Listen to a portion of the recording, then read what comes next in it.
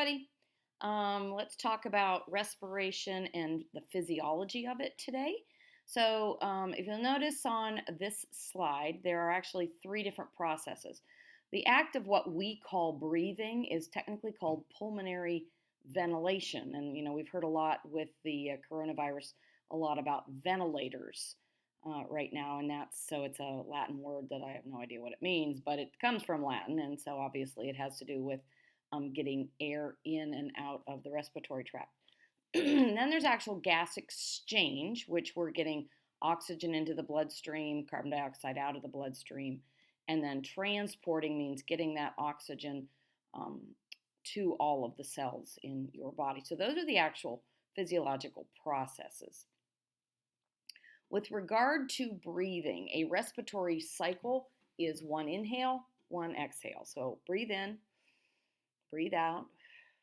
So inhaling and exhaling.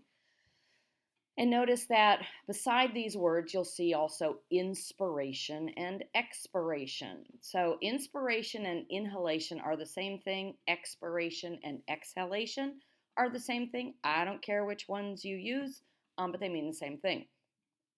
And if you are a respiratory therapist, and if you are worrying about somebody with coronavirus right now, you are counting somebody's respiratory rate, which means the number of cycles per minute, how many exhales per minute. And it's really tough to do on yourself because if you're watching a clock for a minute and trying to count how many breaths you're taking, you're actually controlling those breaths. So that's actually something you can't necessarily do on your own. But on average, adults are anywhere from 12 to 18 breaths a minute. Children are more, 18 to 20 breaths per minute. And so right now, with all the respiratory issues going on with coronavirus, respiratory therapists are really looking at this 12 to 18 minute breaths per minute and how people are doing with it. Alveolar ventilation is a technical term for moving the air then into and out of your alveoli. We really won't talk about that much. So how does all this happen? Well, it all has to do with physics, and it has to do with pressure and volume. So if you know anything or remember anything from either chemistry or physics, as volume increases, pressure decreases. As volume decreases, pressure increases. And so there are three different things that are going to change the volume of your thoracic cavity or your chest cavity. One's a diaphragm, one's a rib cage, and then the other one are specific muscles. So remember, the diaphragm, I think we've talked about this before, the diaphragm is actually domed up underneath your rib cage. So if you can feel the bottom of your ribs, and when you exhale, that diaphragm is domed. Now, when you inhale, it actually flattens out. Well, why does that flatten out? To increase the volume of your thoracic cavity. So remember, diaphragm is a muscle. Your rib cage, if you right now put your hands on your ribs, and I want you to take a nice big deep breath, and then let it go. And when you do that, you can feel your rib cage go up when you inhale, and then go back down when you exhale. And what that is doing is changing the volume of your thoracic cavity. You've got both external and internal intercostals that are involved in this. The external intercostals are for inhaling, and they're the ones that elevate the rib cage. And then the internal intercostals are the ones that work and lower the rib cage. Quiet breathing versus forced breathing is what you're doing right now, unless you're sitting there blowing up a balloon, is you are just quiet breathing. Forced breathing is what you do when you do blow up a balloon or blow out your birthday candles or something along those lines. It's an active process. Most of the time, our breathing is just very passive. And that's what all these pictures represent. Okay, so normally, if we were actually together in class, there is a lab we would do to figure out all of the different volumes that our lungs can hold. And this is why I wanted you to watch the video on vital capacity and lung volumes. So there's a bunch of different volumes that you can measure, and tidal volume is the amount of air that you just normally inhale and exhale. So if you're not thinking about it, inhale, exhale on a normal basis, that's about 500 milliliters. And that's hard. We usually do this with a balloon in class, and that's really hard because as soon as you give somebody a balloon, what they want to do is blow it up. Well, to get somebody to exhale into a balloon is a little bit tough. But here's the next thing I want you to do. So expiratory reserve volume, ERV, the amount of air forcibly expelled at the end of a respiratory cycle. So I just want you to breathe normally. And then when I say go, on your next exhale, I want you to keep exhaling. All right, so just breathe. And now exhale. But keep exhaling. Push out as much air as you can.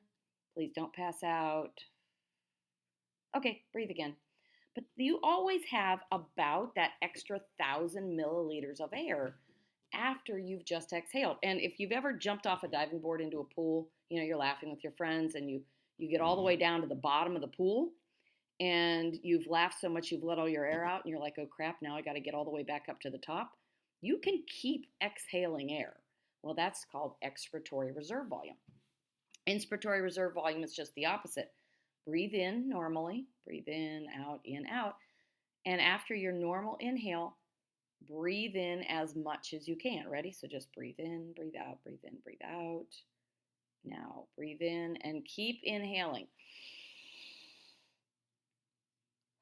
And then you can exhale it when you've inhaled as much as you can. Now, males, because they are typically larger and they have a larger rib cage, can actually inhale an extra about 3,300 milliliters. Females, because our frame tends to be a little smaller, is only about 1,900 milliliters. So if you add all those things up together, you get what's referred to as your vital capacity. So it's tidal volume, expiratory volume, and inspiratory reserve volume. All those added up together, that's vital capacity. And in the video I want you to watch, you can actually figure out what your vital capacity should be according to your size. So do that with the video, and then we will try to hook up with a video conference on Thursday and see if we can do this lab actually together, and you can figure out whether your vital capacity is living up to what its expectations are. And then after all that, even if you think you've exhaled all of the air you can possibly exhale, there's still some in there. Volume of air remaining in your lung after you think you've gotten rid of everything is anywhere from 11 to 1,200 milliliters. So it is tough to get all of the air out of the lungs completely. Okay, so that's what we are going to do in lab on Thursday. And this is the little chart that kind of shows all of those different things. Now, if you look over here at these numbers, if we do add everything up together, males typically have a maximum capacity of about 6,000 milliliters. Females only have a maximum capacity of about 4,200 milliliters. So we'll see how close to those numbers we get with our lab on Thursday. Okay. We are not going to spend our time on this right now, although this is kind of an interesting thing. I do want you to notice this shows you what's in air when you inhale it and then what's in air when you exhale it. And when we inhale air, I hope that sometime you've learned that most of what we breathe is actually nitrogen. 78% of the air is nitrogen, 21% is oxygen, and then the rest of it is carbon dioxide, water vapor, that sort of thing.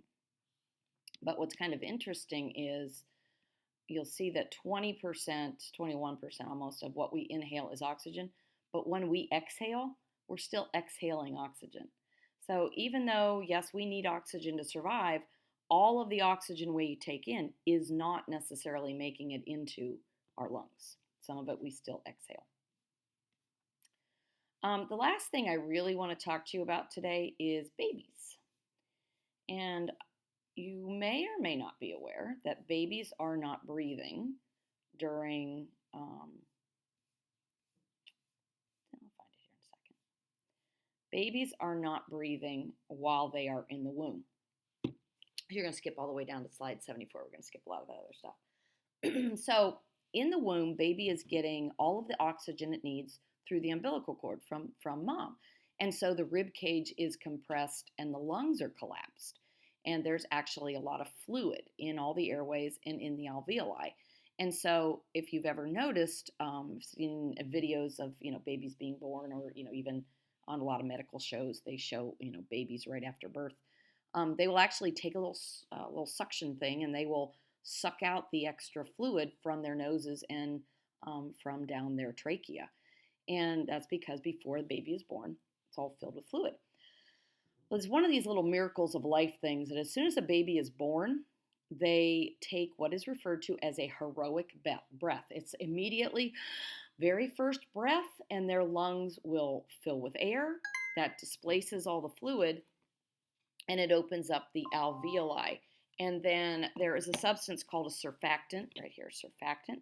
It's an oily secretion that actually keeps the alveoli from collapsing on itself. Now, nobody knows exactly how Mother Nature made this happen, but it's cool. So, if you come across this is terrible, but let's say somebody came across a dead baby, a newborn baby, and they would want to know whether the baby was stillborn or whether the baby was alive and then died afterwards. How might they be able to figure that out? Take 5 seconds, think about it. 5, 4, 3, 2, 1. Well, if the baby's lungs still had fluid in them, that baby was stillborn. It never took its heroic breath. However, if that baby's lungs had been inflated and there was no fluid in those lungs, then somebody could conclude that the baby was born, it was alive, and then somehow died afterwards. Okay. Here are the things that happen as we age. Elastic tissue deteriorates, lower vital capacity. Older people can't breathe as much, which is why, sometimes grandma gets winded if you guys are going for a walk. Unfortunately, because of arthritis, sometimes it makes taking a big, deep breath painful because of the joints in your ribs. Costal cartilage loses flexibility, and then emphysema is what some people get, and that's just the name for shortness of breath. And my father-in-law actually had that, and he was one of those poor individuals that had to walk around with an oxygen tank. So that is really what you need to know about the respiratory system. So we'll see if we can do a little lab later. All righty, bye.